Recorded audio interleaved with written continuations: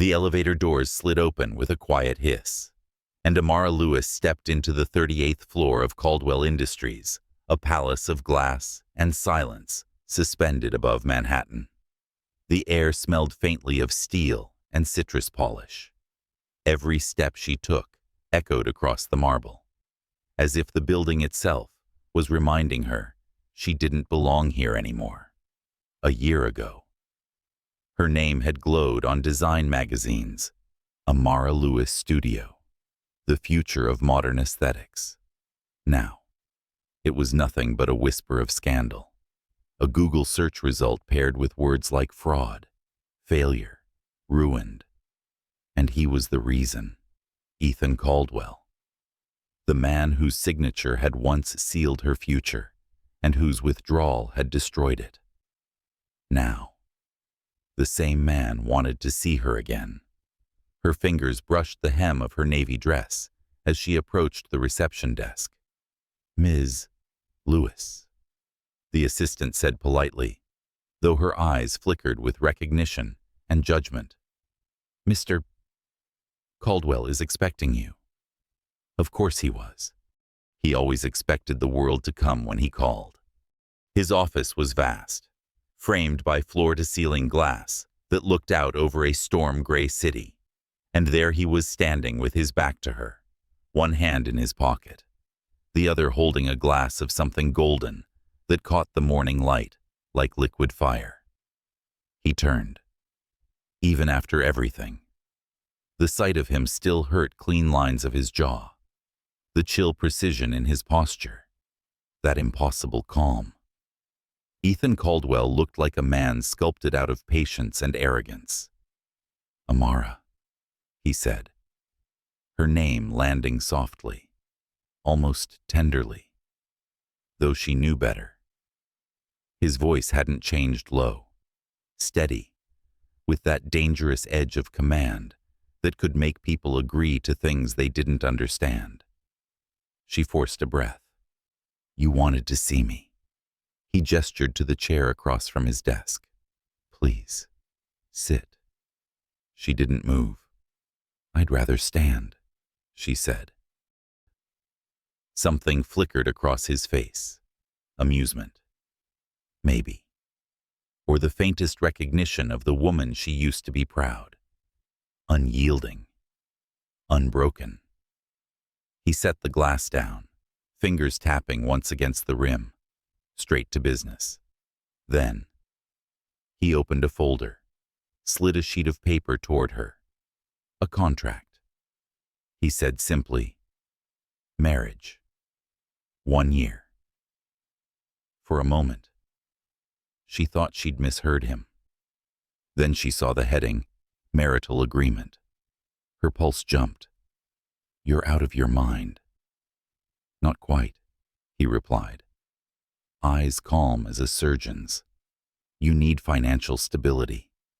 I need an arrangement." An arrangement, she repeated, her voice catching between disbelief and anger. "Yes, 12 months, public appearances, a shared address, a marriage in name only. When it's over, you'll walk away with your debts cleared and your company back." He said it like it was a business transaction, because for him, it probably was. Amara laughed, sharp and hollow. "You destroy my life, then offer to fix it with a wedding ring." "Not a wedding ring," he corrected softly. "A contract, no sentiment, no illusion." She stared at him, every instinct screaming, "Run." But behind that fury, another voice whispered, "You can't afford to walk away." She'd spent months fighting bankruptcy lawyers, selling sketches online, watching her father's old workshop decay. She'd promised herself she'd never crawl back to anyone for help, least of all him. And yet, here she was. "Why me?" she finally asked. "You could pay anyone to play your wife." Ethan leaned back in his chair, eyes pale and unreadable. because you're the only one who won't pretend to love me." The words hung in the air, strange, sad, and sharper than he intended. Amara blinked. "That's supposed to be a compliment." "No," he said quietly. "It's supposed to be honest." For the first time, she noticed the exhaustion around his eyes, the tension in his jaw. Beneath the polished surface, something inside him was fractured. Still, she wouldn't let sympathy cloud her anger. "Whatever you're running from, Ethan, don't make me part of it." He stood, slowly, coming around the desk. The air shifted, charged, cold, intimate. He stopped a few feet away, close enough for her to see the faint scar at the base of his throat. "I'm not running," he said, voice low. "I'm just tired of pretending my life isn't a lie." Their eyes met. For a second, she saw something almost human: regret, maybe, or loneliness carved so deep it had become part of his bones. Then it was gone. He extended a hand, the way men do when closing a deal. 12 months. Amara, you get your freedom back. I get my peace. She stared at his hand, unmoving. "Peace," she whispered. "That's what you call this?" He didn't answer. The city outside was a blur of movement and noise, but in that office time froze. She could feel her father's voice echoing somewhere in her chest. "Lewis, women don't kneel. We build again, even from ashes." But this wasn't rebuilding. This was surrender and survival. Her pride screamed, no. Her reality whispered yes. And maybe, deep down, curiosity stirred, a cruel curiosity to understand the man who had wrecked her world and now offered to buy it back. She inhaled slowly, steadying her hands. "Fine," she said at last. "But let's make something clear. You get a wife on paper, not a heart." Ethan's lips curved in something that wasn't quite a smile. "I don't believe in hearts anymore." He moved closer, and she felt the temperature shift, warmth bleeding through the chill. "Then we're perfect for each other," she murmured, hating the tremor in her voice. He looked at her, and for a moment, something in his eyes softened, not desire, not pity, but recognition, as if two broken things had just realized they shared the same shape. He extended his hand again. She took it. The contact was brief, but electric, the brush of skin that carried history, resentment, and something dangerously alive beneath. His touch was cold, yet her pulse raced. "This will change everything," he said. "It already did," she whispered. They both knew it wasn't a promise. It was a warning. When she finally left the building, the sky had turned the color of iron. The wind rushed against the glass towers, and Manhattan looked like a reflection of their deal, dazzling, fragile, impossible. In her purse, the contract felt heavier than stone.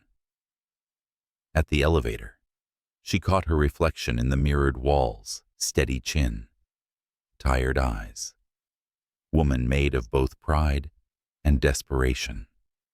Somewhere below, a thundercloud cracked open. She pressed her lips together. 12 months, she said under her breath. "I'll survive this." But even as she said it, something inside whispered that survival wasn't what this was going to be about. That night, Ethan stood alone in his office, the city lights stretching endlessly beneath him. On his desk lay a single framed photograph turned face down. He stared at it for a long time, his hand hovering as if he wanted to turn it over, but didn't. Then, slowly, he looked at the door where she had stood hours earlier, proud, furious, alive. And for the first time in months, he felt something move inside his chest, a faint ache. He didn't know if it was regret or hope. Outside, lightning split the sky, and rain began to fall sharp and relentless against the glass. Ethan lifted his glass of scotch and murmured to no one, "Let the storm come." The Hamptons' house looked nothing like a home. It rose from the cliff like a monument to wealth walls of glass, steel ribs, and the slow pulse of ocean light sliding through its transparent skin. When the car door shut behind her, Amara felt the air shift. The salt wind bit her cheeks, somewhere far below. Waves broke against the rocks in steady, cruel rhythm. A driver carried her single suitcase inside. Ethan walked ahead without a word. He moved with that unthinking authority of someone who had forgotten how to ask, only command. The marble floor reflected his image back at him, flawless and cold.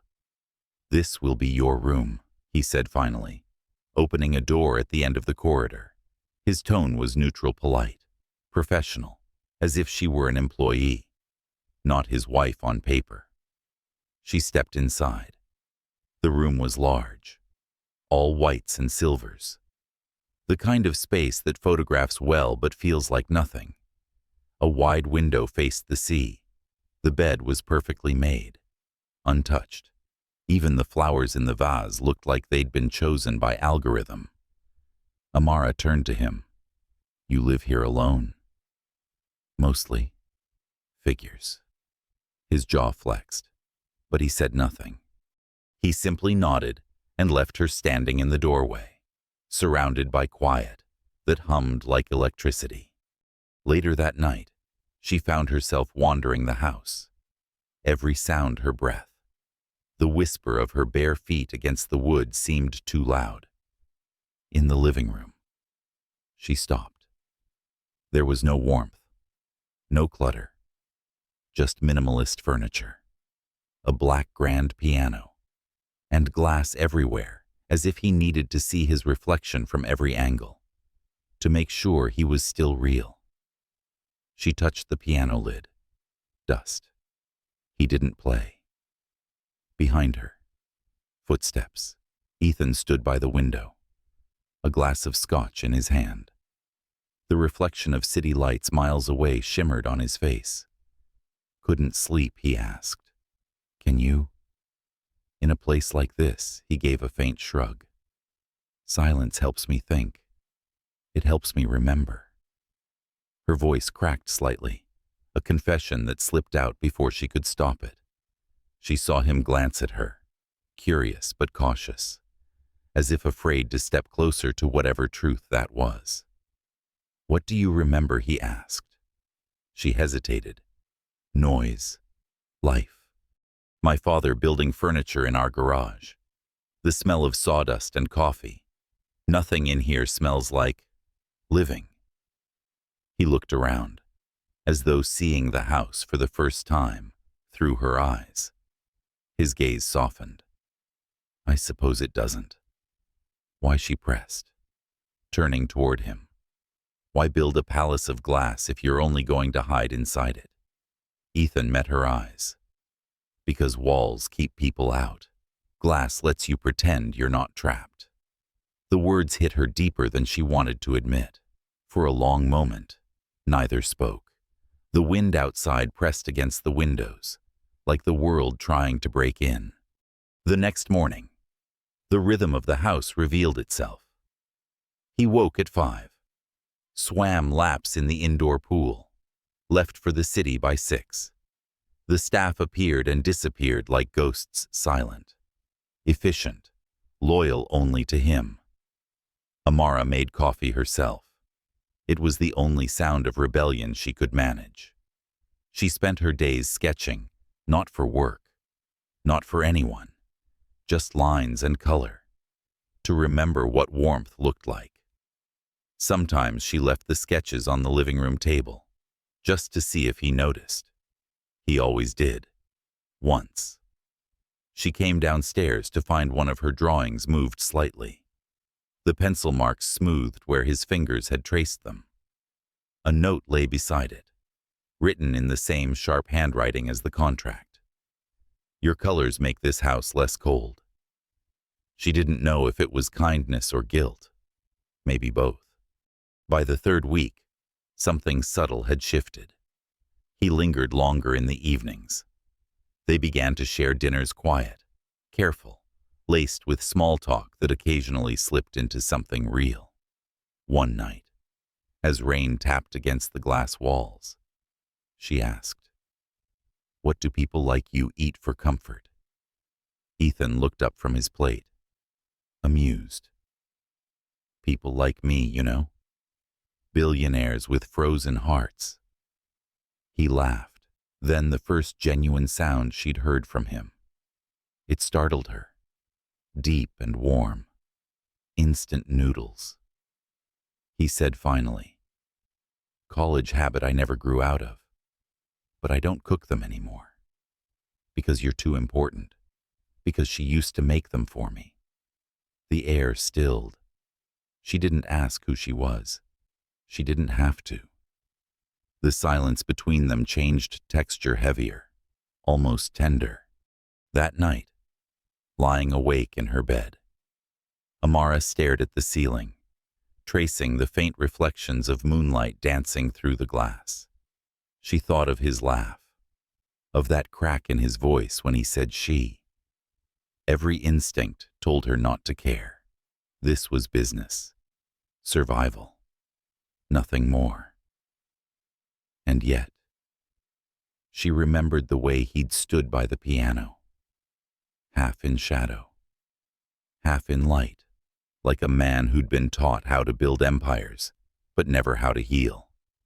She rolled over and closed her eyes, but sleep wouldn't come. Somewhere, deep down, a dangerous empathy began to grow. Days passed. She noticed details she hadn't before: the untouched wine glasses in the cabinet, the photo frames turned face down on his desk, the faint smell of lavender that lingered near the stairs, a scent too delicate for him, and something else. Every time she caught him watching her, when she adjusted a vase, when she laughed on the phone with an old friend, there was that flicker again, quick and unguarded. He was fighting something, and she didn't yet know what. One afternoon, she walked out to the cliff edge. The sea wind tangled her hair, and for a moment, she felt free until she heard his voice behind her. "You shouldn't stand that close." She didn't turn. "Why afraid I'll ruin your PR by falling?" He said quietly, "Afraid you'll find it too easy." She turned then, surprised by the rawness in his tone. His eyes weren't cold, they were tired, haunted. "I've lost someone here before," he said. "Different cliff, same sea." There it was, the ghost that had been living in the silence all along. Amara's chest tightened. She wanted to ask. Who but the grief in his voice already answered. He looked away first. "Dinner at 7, he said. Retreating toward the house. "Try not to jump before dessert." The attempt at humor fell flat, but it lingered with her, not because of what he said, but because of the way he couldn't stay to hear her reply. That evening, the sky was glass blue, fading into lavender. The ocean mirrored it, perfectly beautiful, fragile, endless. Amara stood by the dining table, waiting. Ethan arrived late, rain still clinging to his coat. His tie was undone, his expression distant. "You work too much," she said, pouring him wine. He raised an eyebrow. Says the woman who's redesigned half my living room. Someone had to make it look human. He glanced around.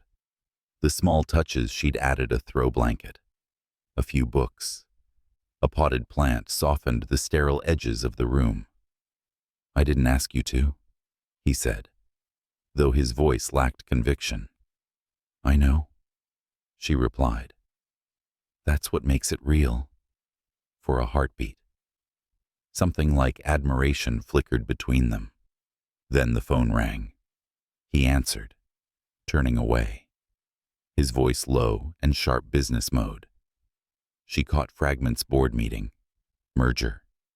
They found out. When he hung up, his shoulders were rigid. Everything okay? She asked. He didn't answer. Instead, he poured another glass of wine, swallowed it whole. The world has a way of punishing sincerity, he said finally, especially when it costs money. Is that what you think this is? Sincerity? He met her gaze, eyes unreadable. I think you still believe in things I don't, and that scares you. Yes, he said simply. The honesty of it silenced her. Later, as the house slept, Amara walked past his office. The door was ajar for the first time. She hesitated, then pushed it open a little wider.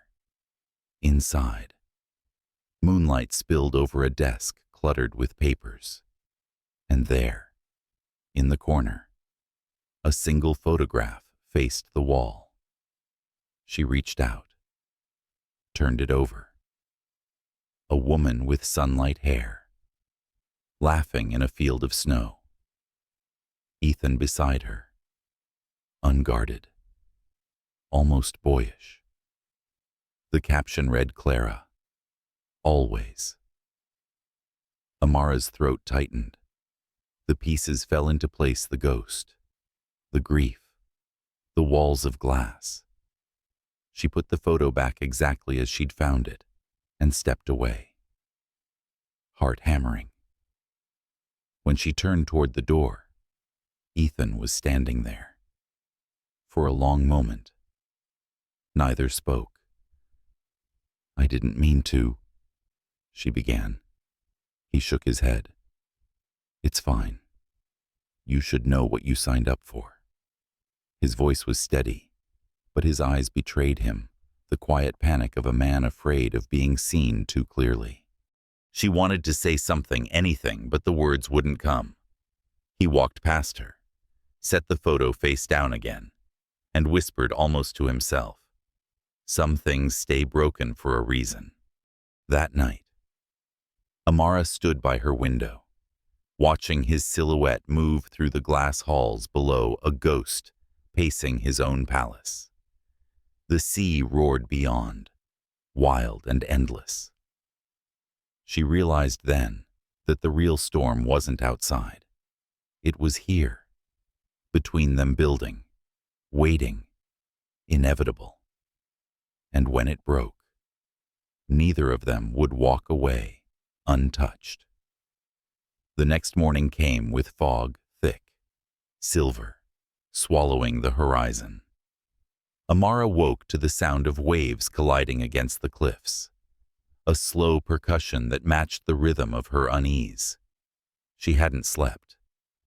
The image of that photograph, the blonde woman with the snow-bright smile, kept flickering behind her eyelids like a scene she hadn't been invited to watch. Every instinct told her to forget it. This was not her place, not her grief, but curiosity. That dangerous animal kept breathing down her neck. Ethan's door was closed when she passed it. He was inside, she guessed, doing what he always did, building walls she wasn't supposed to climb. In the kitchen, the housekeeper poured her coffee and murmured, he went out early. Ma'am, said not to wait for him. Ma'am. The words still didn't fit her, like a borrowed dress that smelled faintly of someone else's perfume. She thanked the woman and took her coffee to the patio. The fog blurred the sea into a vast, colorless void. It was beautiful and terrifying. When the wind picked up, she wrapped her robe tighter. The glass house loomed behind her, immaculate, watching. She thought of what he'd said on the cliff. "I've lost someone here before." It wasn't the words that haunted her.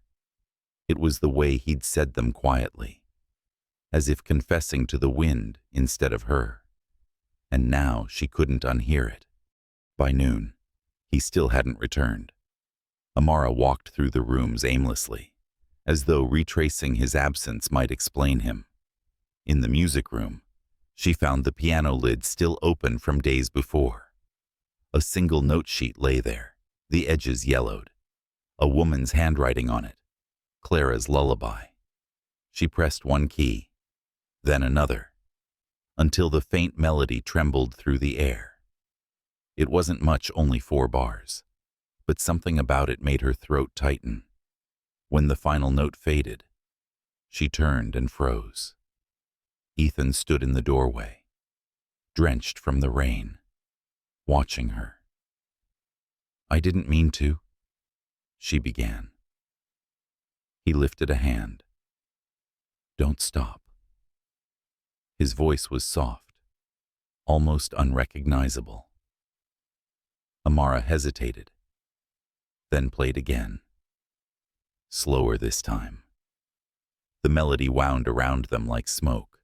When she finished, the silence that followed was unbearable.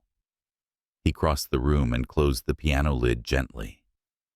"She wrote that for me," he said, "when I couldn't sleep." Amara looked at him. "She loved you." He exhaled, something fragile cracking in the sound. "She believed I could be loved." Later, they sat in the living room, the rain still whispering against the glass. Ethan poured her a drink. She didn't refuse. The amber light from the fireplace softened the hard edges of his face. "Do you ever think about what comes after?" she asked. "After what? After loss? After guilt?" He studied the fire. "I think about what never comes back." The way he said it quiet, matter of fact, chilled her more than any confession could. She wanted to reach across the space between them, to touch his hand, to remind him that he wasn't the only one haunted. But she didn't. Instead, she said, "You punish yourself beautifully." His eyes flicked to hers, startled. "You think this is punishment?" "Everything about this house screams atonement." He gave a dry laugh, but it didn't reach his eyes. "Maybe. Or maybe I just don't know what forgiveness looks like anymore." She didn't look away. "Maybe it looks like letting someone in." For a second, something unspoken passed between them, a tremor, a dangerous softness. Then he stood, abruptly. "You should rest. We have a dinner tomorrow, investors. Press. You'll need to look the part." Just like that, the walls went back up.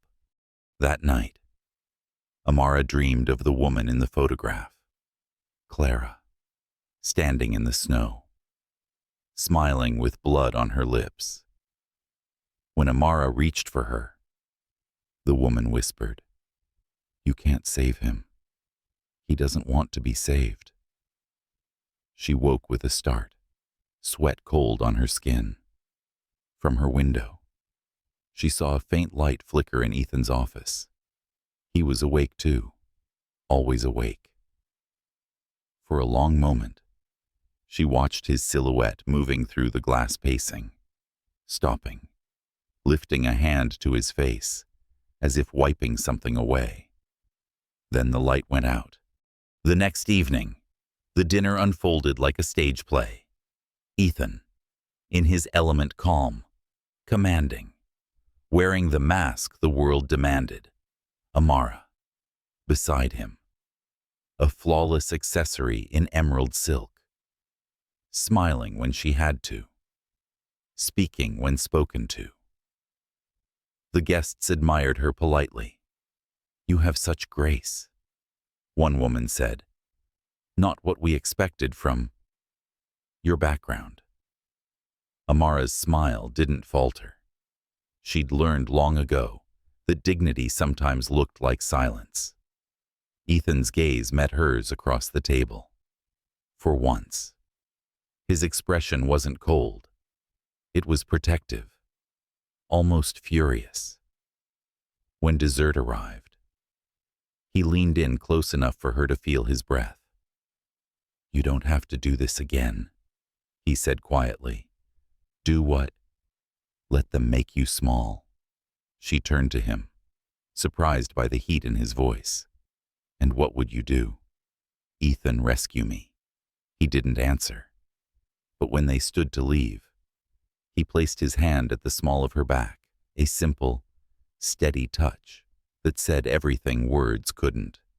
On the drive home, the city lights blurred past like falling stars. Neither of them spoke. When they reached the house, she stepped out first, the hem of her dress brushing the wet ground. He followed, silent. Inside, she went straight to her room. But before closing the door, she turned. He was still standing in the hallway, his tie loose, his eyes darker than usual. "Why do you care what they say?" she asked. He hesitated. "Because for the first time in a long time, I actually heard them. And they were wrong." Her breath caught. He looked like he wanted to say more to bridge the distance between them, but instead, he walked away. The sound of his footsteps faded down the corridor. Days slipped into a fragile rhythm again. But something had changed, not in what they said, but in how they looked at each other. The silences between them had grown heavy with everything they didn't name. Sometimes, she caught him standing at the edge of the terrace, eyes on the sea, as if waiting for someone who would never return. Sometimes, he'd find her sketching in the living room and linger too long by her shoulder, close enough that his breath warmed the back of her neck. Each moment was a question neither dared to answer. Then came the storm. It arrived at dusk, sudden and violent. Wind rattled the glass walls, and rain pounded the roof like drumbeats. Amara was in the hallway when she heard it, the crash, a sharp, splintering sound from the west wing. She ran toward it, heart hammering.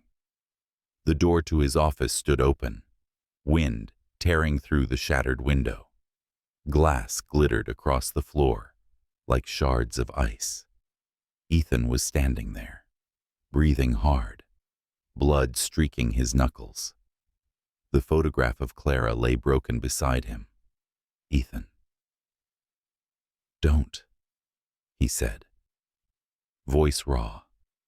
"Don't try to fix this." She stepped closer anyway. "What happened?" His laugh was bitter. "I realized I've been keeping her alive in a frame. Pretending guilt is the same as love." Amara looked at the broken glass, then at him. "And what do you call this?" "Relief," he said, then softer, almost to himself. "Maybe surrender." She took another step, close enough now to smell the rain on his skin. "You can't keep living in her shadow." He looked at her, then really looked. "And if I don't, what's left of me?" Her hand trembled, but she reached out and touched his cheek. Maybe something better.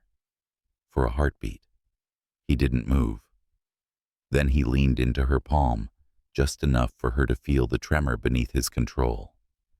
The wind howled through the broken glass, wrapping around them like a warning. And then, just as suddenly, he stepped back. "Go." he said quietly. Before I make this worse. She wanted to argue, but the pain in his eyes stopped her. So she turned and walked away, her heart a storm louder than the one outside. That night, she couldn't sleep. The sound of the waves and the memory of his voice collided inside her until she couldn't tell which was which. At dawn, she walked back to the office. The mess was still there, shards of glass. The photograph gone. On his desk, a note. Only one line. Some ghosts have to die before the living can breathe again. She read it twice, the words sinking like stones. Outside, the fog was lifting. The sea gleamed faintly under the new light.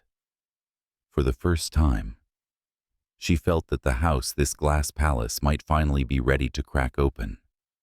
And maybe, just maybe, so was he. The storm had passed, but the silence it left behind was louder than thunder.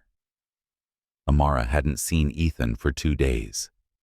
He'd locked himself in his study after breaking the photograph, and no one dared disturb him. Even the house seemed to hold its breath. The staff spoke in whispers. The corridors hummed with stillness. Outside, the ocean kept gnawing at the cliffs, relentless, as if trying to reach him too. She spent the mornings sketching by the window.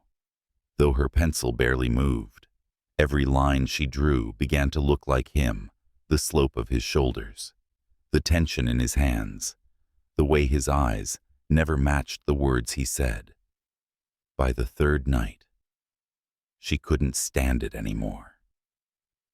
The man who had once been carved from stone now hid behind silence, and somewhere between pity and anger.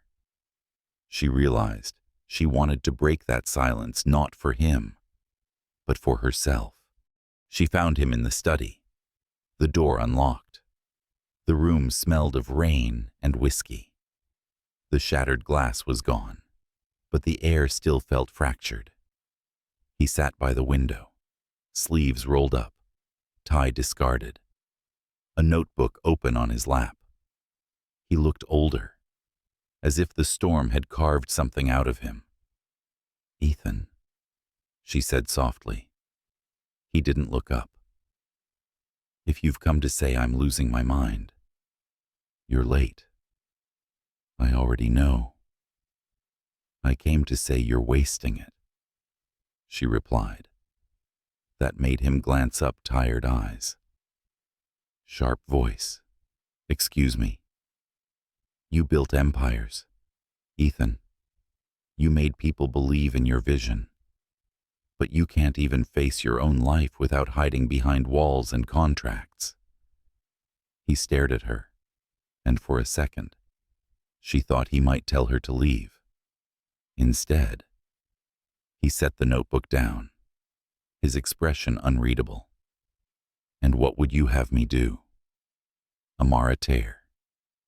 Everything apart again, just to feel alive. She stepped closer. Maybe that's the only way to start living again.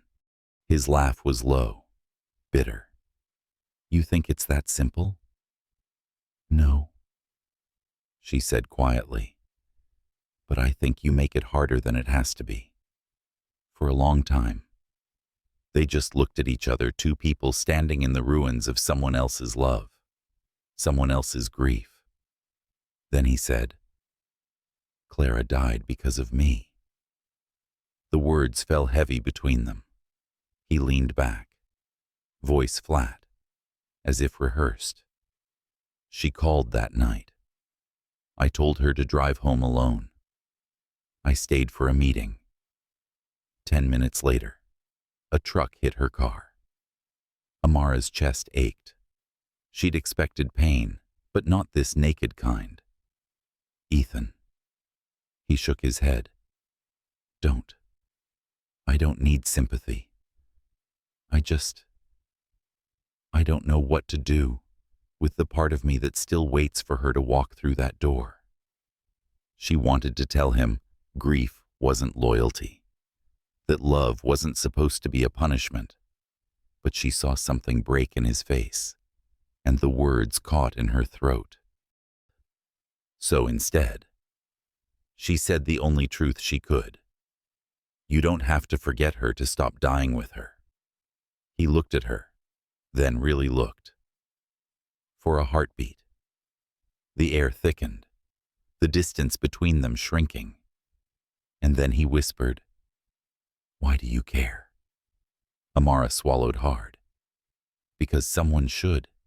The next morning, he was gone. No note, no word. Just absence, sharp and familiar. By noon, his assistant called. "Mr. Caldwell's flight to London has been delayed. He's attending the merger meeting." London. The word echoed. He'd run again back to the one place that required nothing from him except control. Amara stood at the window, watching the ocean breathe in and out. She wanted to scream, but instead, she went to his study and opened the notebook he'd left behind. Inside, between pages of numbers and sketches, she found a small drawing her, seated by the piano, head tilted, eyes somewhere else. The lines were rough but tender. Beneath it, he'd written, "You make the silence louder, but not as empty." When Ethan returned 3 days later, the house was different. Music drifted through the hall's low jazz, soft, alive. He paused at the doorway, surprised. Amara was in the living room, barefoot, arranging canvases across the floor. Sunlight spilled through the windows, catching streaks of paint on her wrists. She didn't turn when she spoke. "Did London fix you?" He smiled faintly. "It never does." "Then maybe you're looking in the wrong city." He stepped closer. "And where should I look instead?" She looked up at him then, the ocean gleaming behind her. "Here, maybe try being present where your heart still beats." Ethan didn't answer, but something inside him shifted, a quiet collapse of defenses he hadn't realized were still standing. He glanced at the canvases. "You're painting again. For myself this time." He nodded slowly. "Good." She wiped her hands on a rag, meeting his gaze. "You don't have to stay broken, Ethan. I don't know how to be anything else." "Then let someone teach you." The words hung between them, fragile, reckless, real. That night, the sky was clear for the first time in weeks. Stars spilled across the black, like shattered glass, mended by light. Amara sat on the terrace, sketching. Ethan joined her quietly, 2 glasses of wine in hand. "Truce," he offered. She took a sip. "I didn't know we were at war." He smiled. "You always know when to strike. Maybe I just stop waiting for storms to pass." He studied her profile, the curve of her jaw, the way the night wind caught strands of her hair. "You're not what I expected."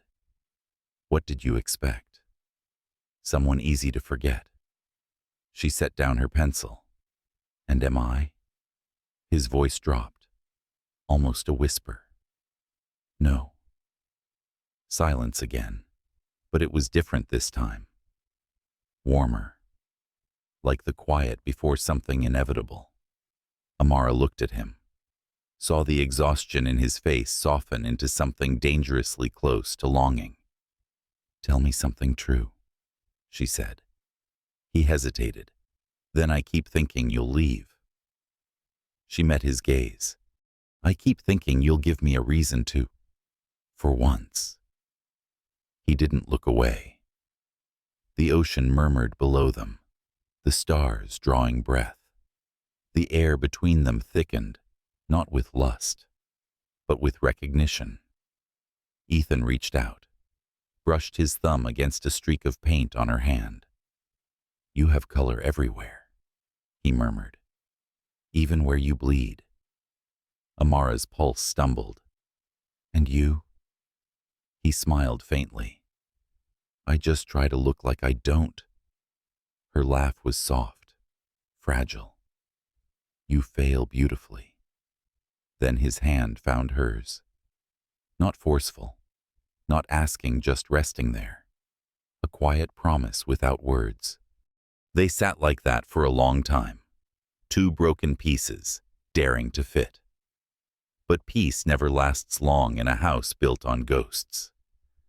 The next morning, she woke to voices low, urgent, unfamiliar. Through the half-open door, she heard Ethan arguing with someone on the phone. "No, the board won't approve that. I don't care what they threaten. She's not part of this." Pause. Then, colder. "Do whatever you have to, but leave her out of it." The call ended with a slam. Amara stepped into the hall. "Leave me out of what?" He froze, realizing she'd heard. "It's nothing," he said quickly. "Don't," she warned. "Don't lie to me." He sighed, rubbing a hand over his face. "They found out about us. The contract. The board thinks you're a liability, a distraction. A distraction. I told them they were wrong, but you didn't tell me." His silence was answer enough. Amara's chest tightened. "You said this would be mutual, equal. It was supposed to be," he murmured. "Until it wasn't." Her throat burned. "So what now?" "You protect me by shutting me out. It's the only way I know how." "That's not protection, Ethan. That's cowardice." He looked at her eyes raw, pleading. "I'm trying not to destroy you." She shook her head. "You're just too afraid to let me save you." Then she turned and walked past him, out into the blinding morning light. He didn't follow. When the door closed behind her, the house fell silent again. Ethan stood there for a long time, listening to the echo of her footsteps fading away, until all that was left was the sound of the sea, steady and merciless. Outside, the wind carried the scent of rain again, and for the first time, he wondered if love wasn't the storm he'd been running from, but the shelter he'd never learned to trust. The morning after Amara left, Ethan found the house unrecognizable. It wasn't the furniture or the light that had changed it, was the silence. For years, silence had been his refuge. Now it was unbearable. He walked through the glass corridors like a man trapped inside his own reflection. Her presence lingered everywhere, a paint stain on the counter, a sketch pinned to the wall, a half-finished mug of coffee she'd left cooling beside the piano. He'd never realized how much life she'd poured into this cold space until she'd taken it with her. When the phone rang, he almost didn't answer. "Mr. Caldwell," his assistant said, voice clipped and careful. "The board meeting's been moved up. They're expecting you in an hour." He hesitated. "And Amara?" A pause. "The press has already started asking questions." Of course they had. Nothing stayed secret in his world. Not even a heart. By the time he reached Manhattan, the storm outside had followed him in spirit. The boardroom glowed with sterile light and sharper smiles. Men in tailored suits looked up as he entered, eyes full of the kind of respect that always smelled faintly of fear. "Ethan," one of them began, "we'll be direct. Your personal arrangement has become a liability." He said nothing. Investors are nervous. They see a pattern: erratic behavior, canceled mergers, emotional decisions. You're risking everything for a woman who isn't your concern. Ethan cut in, voice low and lethal. But the damage was done. Every eye in the room turned colder. Another man, older, more patient, leaned forward. You've built something extraordinary. Don't let a distraction dismantle it. Ethan almost laughed. A distraction. As if Amara were a misplaced object. Not the only honest thing left in his life. He stood abruptly. If this company can't survive my humanity, perhaps it doesn't deserve my leadership. He left before anyone could answer. Outside, the wind tore down the avenue, and for the first time in years, Ethan Caldwell didn't know where he was going. Amara, meanwhile, was already in the city, though she didn't know he was there. She had rented a small studio above a flower shop in Harlem, the kind of place that smelled of paint, rain, and possibility. The ceiling leaked when it rained. The floorboards creaked under her steps, and she loved every imperfect inch of it.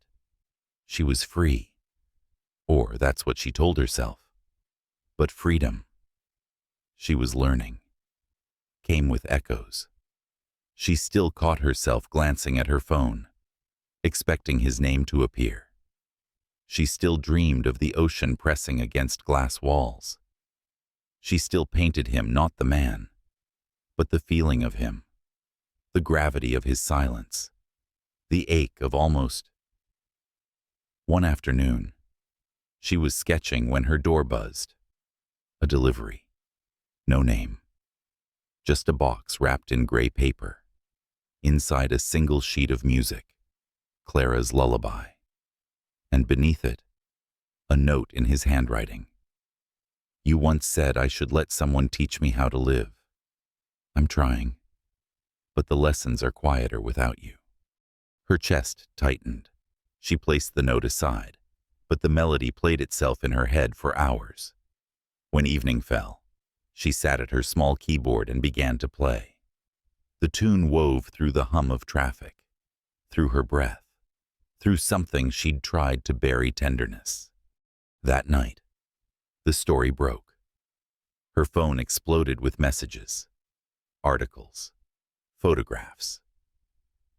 Billionaire Ethan Caldwell under fire. Secret marriage to designer Amara Lewis exposed. Images of them at events, on terraces, caught in glances that were never meant for cameras. Words like contract, deception, betrayal flashed across every headline. Her hands shook as she scrolled. She didn't care about the gossip. What gutted her was the quote beneath his name. No comment. Just that. 2 words sharp enough to cut. The next morning, the flower shop owner knocked on her door with a sympathetic look. You okay? Honey, papers are full of you today. Amara smiled faintly. They were full of me once before. I survived that. But when the door closed, she sat on the floor, back against the wall. The paper crumpled in her hands. Ethan saw the headlines too. His PR team wanted statements. Apologies. Spin. Say it was a misunderstanding. They urged. Distance yourself. Protect your name. But the only name he wanted to protect was hers. He turned off his phone, fired half the crisis committee, and left the city. He drove until the skyline disappeared in the rearview mirror, until the road turned narrow and familiar. The ocean reappeared, dark and infinite, waiting like a mirror for everything he didn't want to face. When he reached the house, he didn't go inside. He walked to the edge of the cliff, the same one he'd once told her about. The wind howled, cold and merciless. She's gone, he said to the sea, and it's my fault. The ocean didn't answer. but the truth did in his chest. A slow, relentless cracking. The next day, Amara packed her things. She'd told herself she wouldn't run again. But now the world was watching, dissecting, inventing. And she'd worked too hard to become more than someone's rumor. She was halfway down the stairs when she saw him. Ethan, standing at the bottom, rain soaking through his coat, eyes darker than she remembered. "How did you find me?" she asked quietly. He lifted a shoulder. "I never stopped looking." Amara set her suitcase down. "You shouldn't be here." "I know." He took a breath. "But I had to see you before the world decides who we are." She folded her arms, trying to keep the tremor out of her voice. "They already decided. I'm the distraction, the mistake." He stepped closer. "You were the only thing that wasn't." Her resolve faltered, but she held his gaze. "Then why did you say nothing? Why let them drag me through it? Because I thought silence could protect you." "It never does," she said. "It just kills slower." He winced, the truth landing harder than any slap. "I'm sorry," he said. "For every way I tried to love you, without admitting that's what it was." The words stopped her breath. She wanted to stay angry, to remind herself of all the reasons she'd walked away. But his voice cracked and raw, sounded like someone finally breaking free of his own walls. Amara exhaled, eyes stinging. "And what now, Ethan? You say sorry and expect it all to disappear." He said softly, "I came to ask what comes after." They stood there, the city rumbling around them, two people bruised by pride and circumstance. Outside, a siren wailed. Inside her chest, something unclenched. "After." She repeated, "There doesn't have to be an after. There can just be now." He took her hand then, slowly, as if asking permission. His fingers were cold, but his touch steady. "Then let me start with now." Her heartbeat stumbled once before finding rhythm again. She didn't answer with words, only the smallest nod. They drove back to the Hamptons that night. No promises, no explanations. Just the sound of tires on wet road and the fragile peace of two people who'd run out of lies. When they arrived, dawn was already brushing the glass walls with pale light. The house smelled of salt and memory. Amara walked inside first, touching the piano as she passed. "You kept it," she said. "I thought I'd broken enough things already." She turned to him. "Then stop breaking what's still trying to heal you." Ethan stepped forward, his hand finding her cheek. "I don't know how to do this." "Neither do I," she whispered. "But maybe that's the point." For a long moment, neither moved. Then he kissed her, not like a man claiming, but like one confessing. It wasn't perfect. It was trembling, human, real. When they finally pulled apart, she rested her forehead against his. "If we're going to do this," she said, "no more secrets, no more hiding behind guilt or power." He nodded. "Agreed. And if the world keeps watching," he smiled faintly, "then let them see what truth looks like."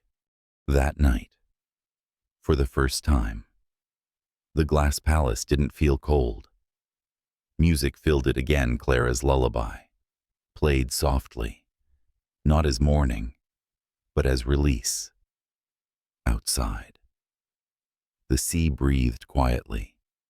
Inside, two hearts finally dared to And somewhere deep within the rhythm of the waves, Ethan realized that the empire he'd built had always been fragile. But this fragile, flawed love might be the only thing strong enough to last. Morning came like a fragile truce. The sea lay calm, glassy, as if the storm that had broken them apart never existed. But inside the house, peace was a delicate illusion, the kind that trembles before shattering. Amara woke to sunlight spilling across the sheets.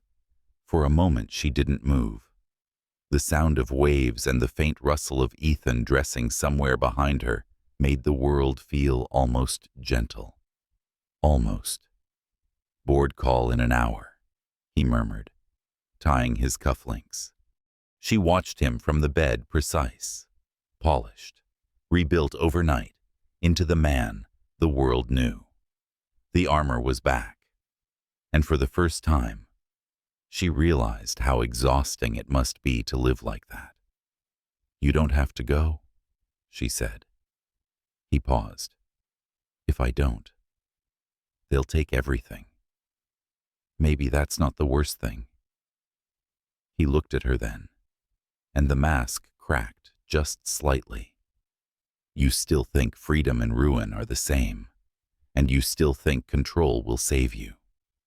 The silence between them throbbed with everything they couldn't say. Finally, he exhaled. "I'll be back by tonight." When the door closed, the house swallowed his absence like a wound reopening. By noon, the media vans had returned, parked along the narrow road near the cliffs, cameras aimed at the house like weapons. Amara watched from the upstairs window as reporters shouted questions into the wind. Is it true? Did she marry him for money? Is the foundation a cover? Every headline turned her into something smaller, cheaper. She shut the curtains and pressed her palms to the glass until the cold bit her skin. Freedom, she thought, was beginning to taste like exposure. In Manhattan, Ethan walked into a boardroom that smelled of ambition and fear. He'd worn darker colors today, armor disguised as tailoring. Across the table, the faces that once smiled now waited like judges. One of them slid a folder toward him. It's all there, the photographs, the contract, the timeline. They know. Ethan. If this goes public, our investors will vanish overnight. He didn't touch the folder. Then let them. You can't be serious. I've spent years pretending ethics were optional. I'm done. A murmur rippled across the table. Another voice, the chairman's, low and deliberate. You'll destroy yourself. Maybe I should, Ethan said quietly. He stood, ignoring their protests. I built this company to prove I could control chaos, but all I've done is feed it. Then, before he could talk himself out of it, he signed the resignation letter, waiting on the table. No drama, no flourish. Just a pen, a breath, and the sound of the end beginning. When he returned to the Hamptons, it was already dusk. The reporters were gone for now. The air smelled of salt and burning wood. Amara was on the terrace, wrapped in a sweater, painting the sky as it turned violet. He stood in the doorway, watching her. For a second, he let himself believe he could step into that moment and everything would stay still. But she didn't look up. You did it, didn't you? She said quietly. He blinked. Did what? Walked away. He came closer. You heard I saw it. The news. You resigned. He sat beside her. They wanted me to deny you, to erase this. I couldn't. Her brush slowed. So now what? You gave up everything for me. I didn't give it up for you, he said. I gave it up because I finally understood what I was trading it for. She set down the brush, meeting his gaze. And what's that peace? For the first time, the word didn't sound like surrender. It sounded like truth. They ate dinner by candlelight, not because it was romantic, but because the power had gone out again. The generator hummed faintly somewhere below. Ethan poured wine into 2 glasses. I used to think success was the same as safety, he said, that if I built enough walls, nothing could hurt me again. Amara smiled sadly. And now I realize walls don't keep pain out. They just keep love from finding its way in. She took a slow sip, eyes glinting in the candlelight. That's almost poetic. He chuckled softly. I'm learning from the right teacher. When her hand brushed his across the table, neither of them moved away. The night deepened. Rain began again. Soft this time, more like a memory than a storm. Amara sat by the piano, tracing the keys. Play something, she said. I don't remember how. Then learn. He hesitated, then sat beside her. His fingers hovered over the ivory. The first notes were clumsy, uneven, but she smiled anyway. That's terrible, she teased. I'm out of practice. You're out of feeling. He laughed, and the sound startled him. It felt strange, warm, alive. When he missed another note, she covered his hand with hers, guiding him. Their fingers found the right chord, soft and low. He looked at her then, the way a man looks at something he didn't believe existed. Stay, he whispered. She leaned closer, her voice barely a breath. If I do, promise me one thing, anything. Don't disappear again when it gets hard. He nodded. Not this time. And when he kissed her, it was slow, certain, a confession more than an act. They fell asleep on the couch, the piano still humming faintly behind them. Outside, the ocean whispered like a lullaby. For the first time, Ethan dreamed not of loss, but of color, of her laughter echoing through the house. But peace, he knew, was never permanent. The next morning, he woke to her phone buzzing nonstop. Amara stirred, reaching for it. One glance at the screen drained the warmth from her face. What is it? He asked. She turned the phone toward him. A headline in bold letters. Caldwell Foundation under investigation, fraud allegations surface. He blinked. That's impossible. They're saying the charity funds were diverted into private accounts. That you used me as a cover. The words felt like a physical blow. I didn't, he said sharply. You know I didn't. I do. But the world doesn't. He stood, pacing. Someone's behind this. The board. Maybe the investors I refused. They're trying to bury me, and they're using me to do it, she said softly.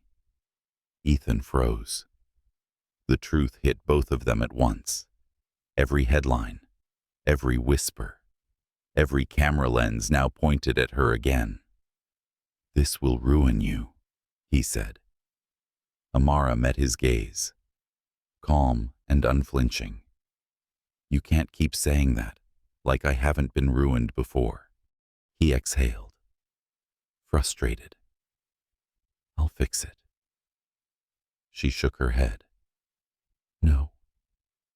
Ethan, You'll tell the truth. I already tried. Not the whole one. Her voice was quiet but firm.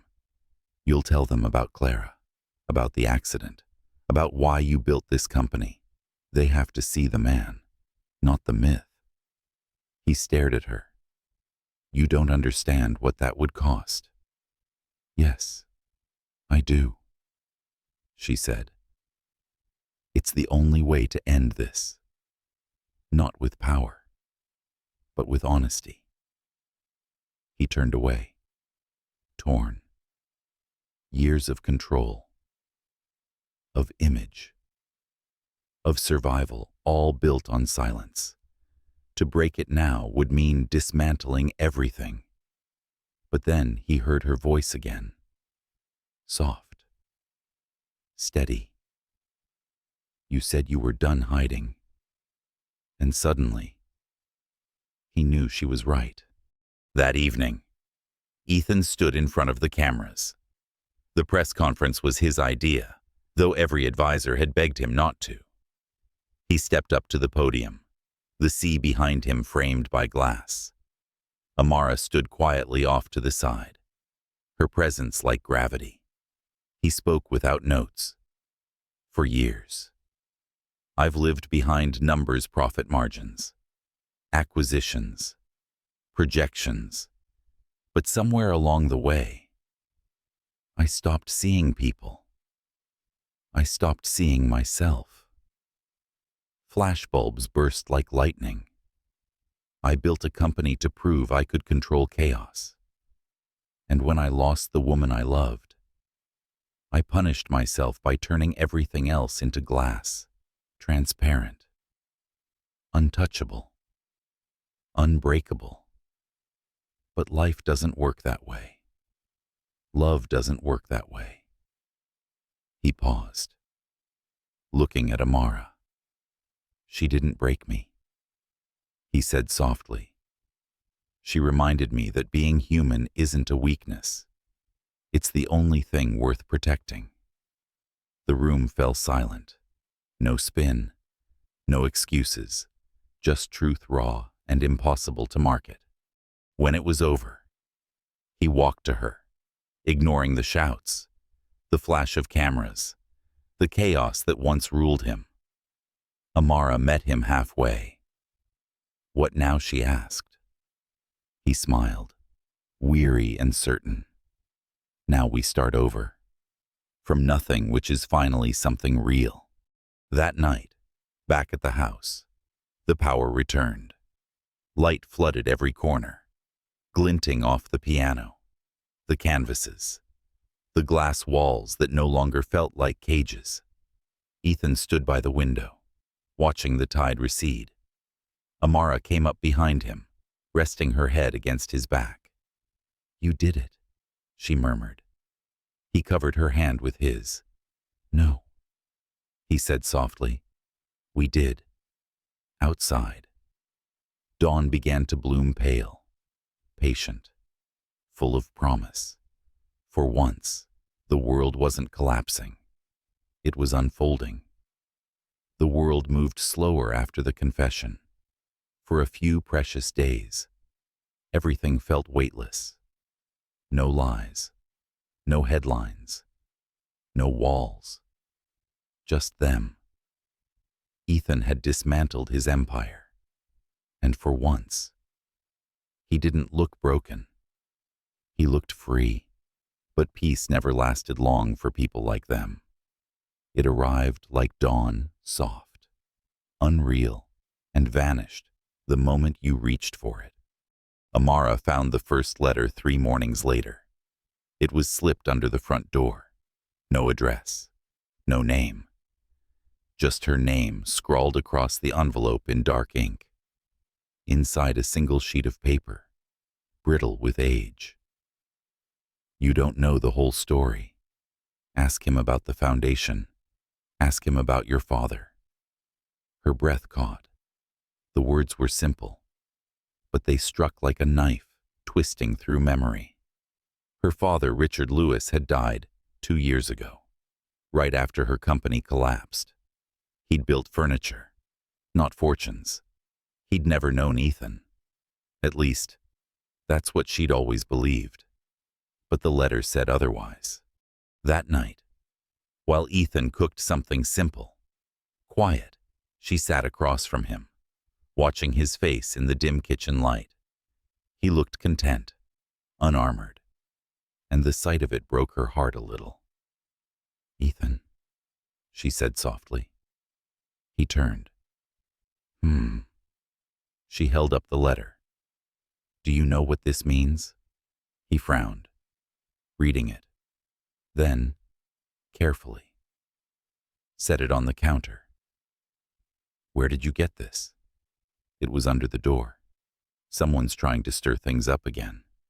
"Maybe," she said, her voice sharper than she meant. "But maybe they're not wrong." He looked at her, then the calm gone from his eyes. "What are you asking me?" "I'm asking if there's something you haven't told me. About my father. About the foundation."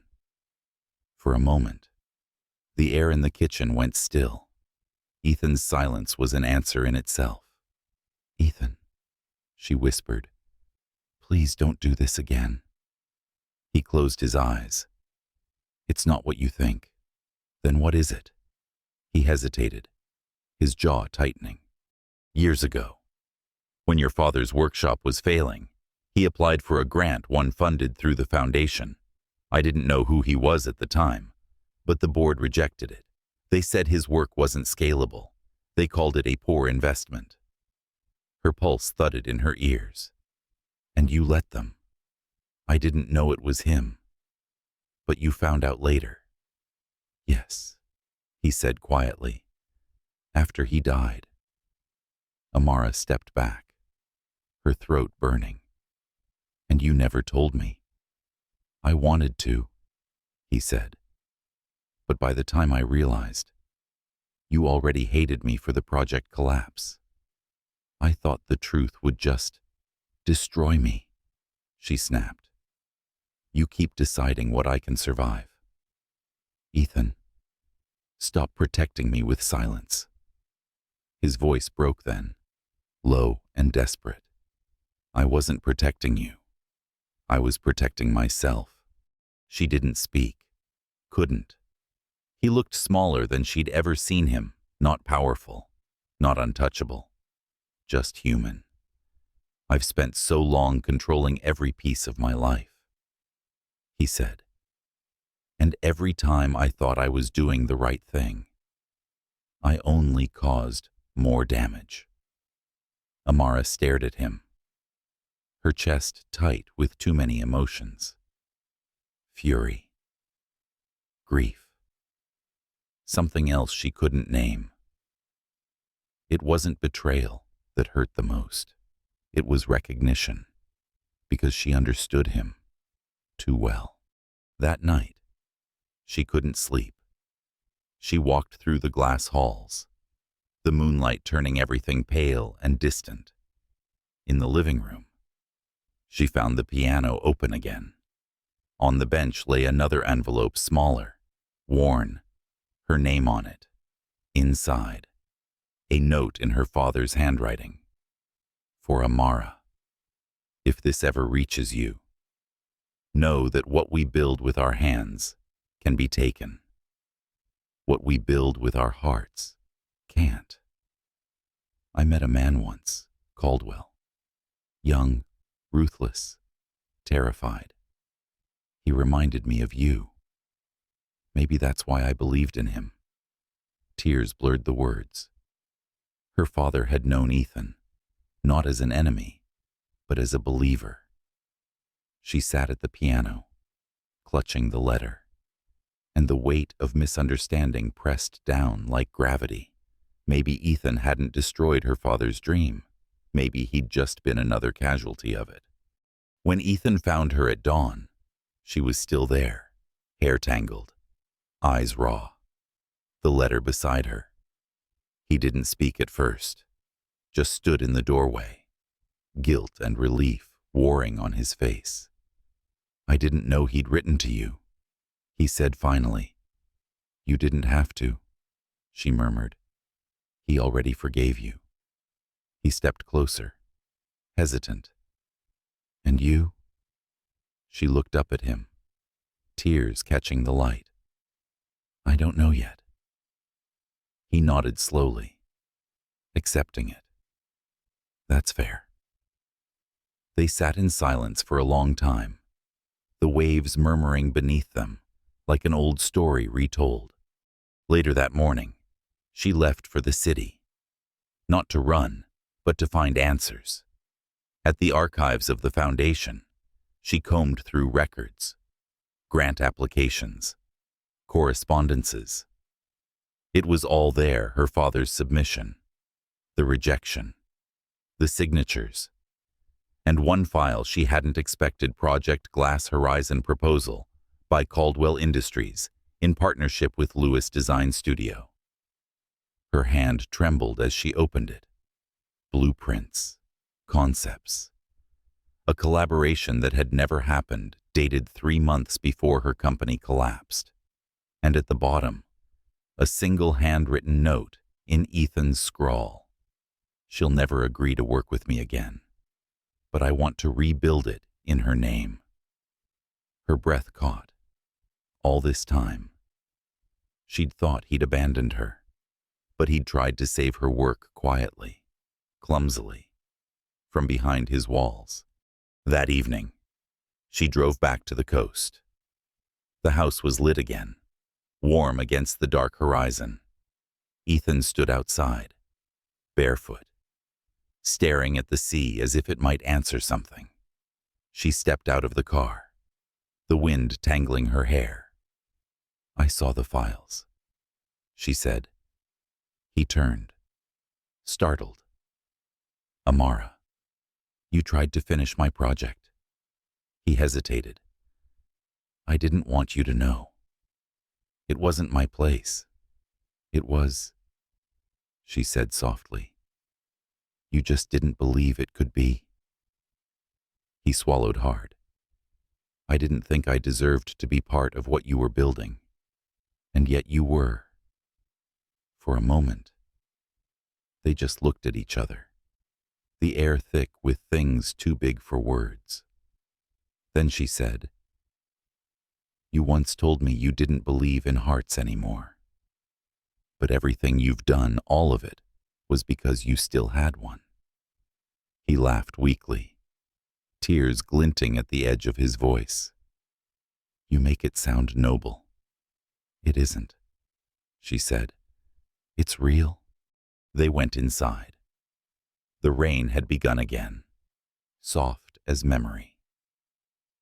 Amara stood by the piano, the letter from her father still open on the bench. Maybe he was right, she said quietly. Maybe what we build with our hearts can't be taken. Ethan came to stand behind her, his voice low. Then let's build something new. She turned, her eyes searching his. Not a company, not a foundation, something human. He nodded, his hand finding hers, something we can both survive. And for the first time, they weren't bargaining, or pretending, or running. They were choosing.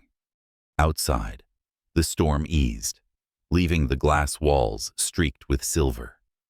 The ocean breathed, endless and forgiving.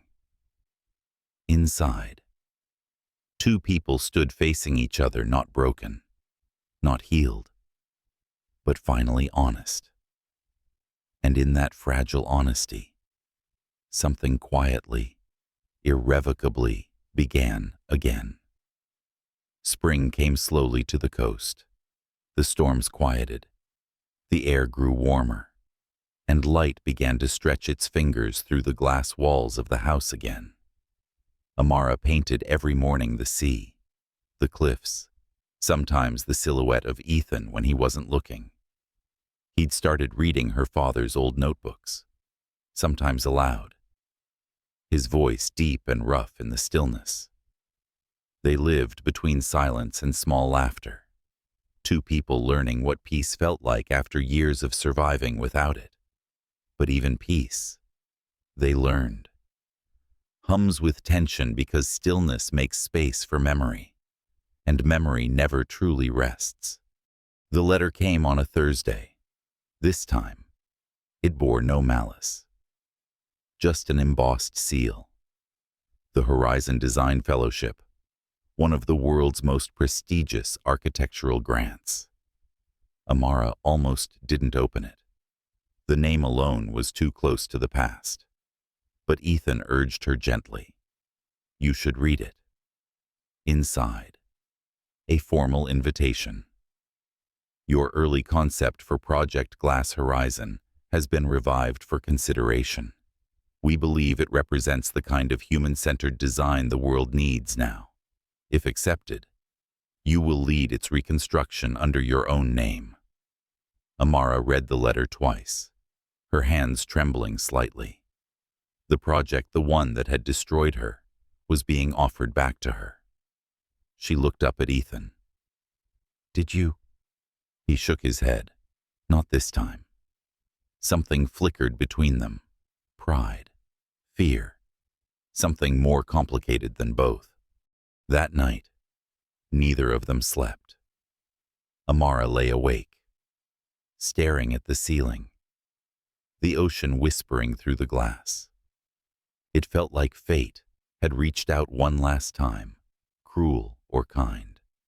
She couldn't tell. If she said yes, she'd be stepping back into the world she'd spent so long escaping. If she said no, she might never find out what she was truly capable of. And then there was Ethan. Would this second chance free them or ruin them again? In the morning, she found him in the kitchen, already dressed, coffee cooling beside him. You're thinking about it, he said. She nodded.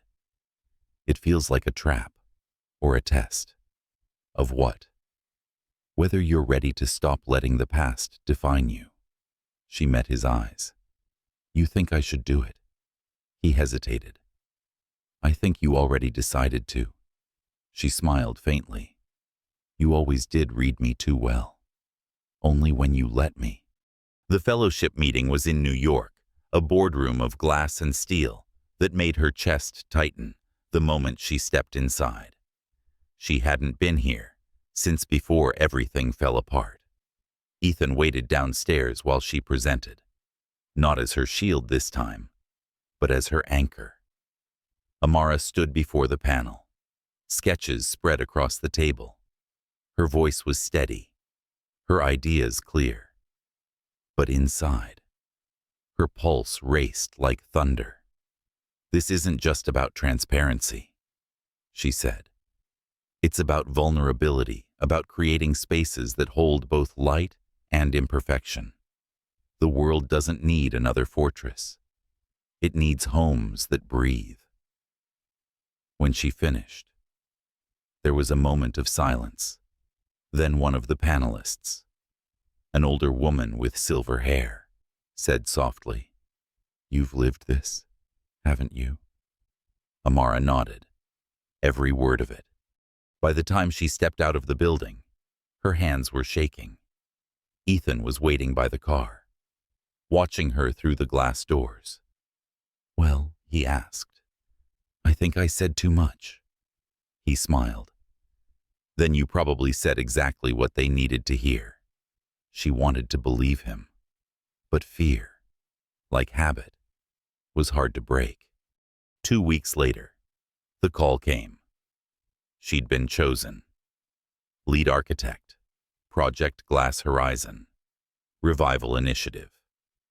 Ethan found her sitting by the sea, the phone still in her hand, tears on her cheeks, not from sadness this time, but disbelief. They chose me, she whispered. He knelt beside her, a slow smile breaking across his face. Of course they did. But behind the pride in his eyes, there was something else, something he tried to hide, a flicker of unease. As the project began, Life shifted again. Her days filled with meetings, site visits, design revisions. The old fire in her veins, the hunger to create, roared back to life. Ethan encouraged her at first. He showed up at the construction site, brought her coffee, watched her rebuild the dream he'd once accidentally destroyed. But soon, she was gone more than she was home. And when she was home, her mind was somewhere else. He tried not to mind, but every evening, when the house fell silent again, he felt the old emptiness stirring. He'd learned to live without the armor, but not without her. One night, she came home past midnight, exhausted, exhilarated, still in her work clothes. Ethan was in the living room, reading one of her sketches, waiting. "You didn't have to wait up," she said, smiling. "I couldn't sleep." She set her bag down. "The team wants to expand the design-use adaptive glass, integrate renewable systems. It's going to change everything." Her eyes shone in that way he'd once envied, a light that didn't need anyone's permission. He smiled, but something twisted inside him. "That's incredible." But she caught it, the subtle distance, the tension beneath his voice. "What's wrong?" "Nothing." "Don't," she said softly. "Don't start hiding again." He closed the notebook. "I'm happy for you, Amara. I am. I don't know where I fit into this new version of your life." She hesitated, crossing to him. "You don't have to fit into it, Ethan. You helped me find it." He looked at her, pain flickering in his eyes. "And what if I needed to be more than a stepping stone?" She exhaled, the weight of truth heavy between them. "Then you'll have to meet me halfway, not above me, not behind me." The next morning, she left early for the site again. The foundation was being poured, the literal beginning. She stood at the edge of the lot, watching concrete meet sunlight. And for the first time, she felt something close to forgiveness. Not just for Ethan, for herself. But somewhere in that joy, a quiet fear remained that rebuilding something beautiful might mean losing something else. At home, Ethan stared at the old blueprints still hanging on the study wall, the ones they'd drawn together, never completed. He thought of her father's words, "What we build with our hearts can't be taken." But he wondered, what if love wasn't meant to be built, but to be released? He picked up the phone and called her, just to hear her voice. "Hey," she answered breathlessly. "Hey," he said, "just checking in. You sound worried." "Maybe I am." She laughed softly. "Then come see what we're making." "I will," he promised. But part of him knew he needed to see something else first, who he was when she wasn't there. That night, she came home to find a note on the table. His handwriting, steady, careful. "Amara, don't panic. I just need time. You taught me how to live without walls. Now I have to learn who I am outside of them. I'll be back when I can look at what you've built and not see what I lost. E." She read it twice, the words blurring. It wasn't abandonment. It was something quieter, a reckoning. She sat down at the piano and began to play Clara's lullaby. The notes trembled at first, then steadied like breath returning after a long silence. She didn't cry. Not this time. Because she understood. Some rebuilds required demolition first, not of love, but of the fear that shaped it. Weeks passed. The project grew, and in every wall of glass that rose from the earth, she saw him, not the man who left, but the man who taught her to stay. When the final beam was lifted into place, the crowd clapped. Reporters took photos. The air smelled of sawdust and sunlight. Amara smiled, but her heart was somewhere else, in the rhythm of waves against glass, in the echo of his voice, saying her name, like a promise. That night, when the site was empty, she stood inside the nearly finished structure, all light and reflection, a cathedral of transparency. Footsteps echoed behind her. She turned. Ethan stood at the doorway, wind in his hair, a small smile ghosting his lips. "You built it," he said. "We did," she whispered. He stepped closer, eyes shining. "It's beautiful." "So was the fall," she murmured. "We needed both." He nodded, and for a long time, they said nothing. Two silhouettes framed by glass and dawn, at the edge of something endless.